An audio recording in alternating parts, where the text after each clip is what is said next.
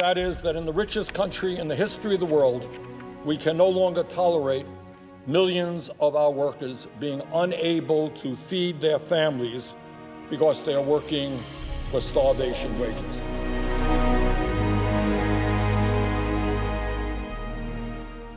"30 to 40% of Americans have literally given up on democracy. They are moving toward authoritarianism. They are hurting, their kids are hurting, their parents are hurting. And they look to Washington for help in their democratic society, and they don't see Washington responding.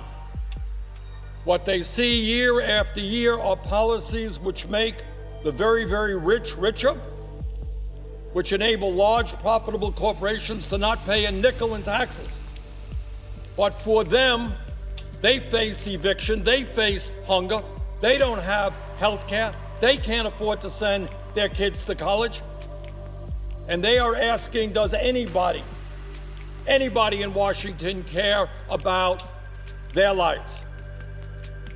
So what today is about in a very profound way is whether or not we stand with the working class of this country, that we say, yes, we live in a democratic society.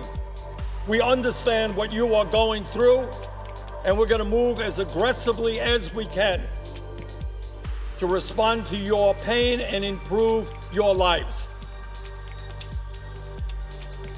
And here is the simple truth, and that is that in the richest country in the history of the world, we can no longer tolerate millions of our workers being unable to feed their families because they are working for starvation wages.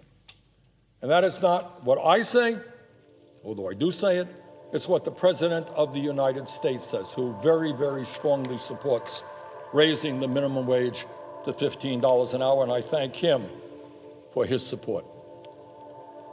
You know, when we look at the economy, people look at the stock market, they look at a whole lot of indices out there.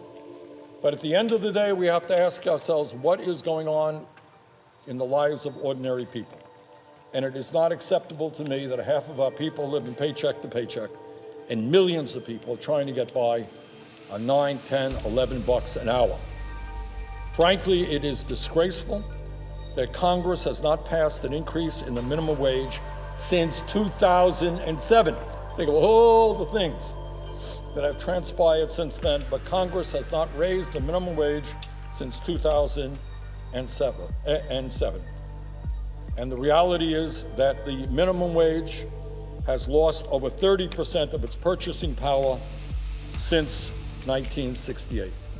Minimum wage is worth a lot less now than it used to be. When we increase the minimum wage, Madam President, we will be giving over 32 million Americans a much-needed pay raise. And let's be clear, raising the minimum wage to $15 an hour is an enormously popular idea. More than 60% of the American people in poll after poll support raising the minimum wage. Since 1998, this is really amazing. You know, I have some friends here who are nervous. Oh my goodness, how radical can it be? Should we raise the minimum wage? Oh my God, I'm scared of the American Restaurant Association. Well, since 1998, every time a state has had an initiative on the ballot to raise the minimum wage, it has won. In conservative states and progressive states. Put it on the ballot, it wins.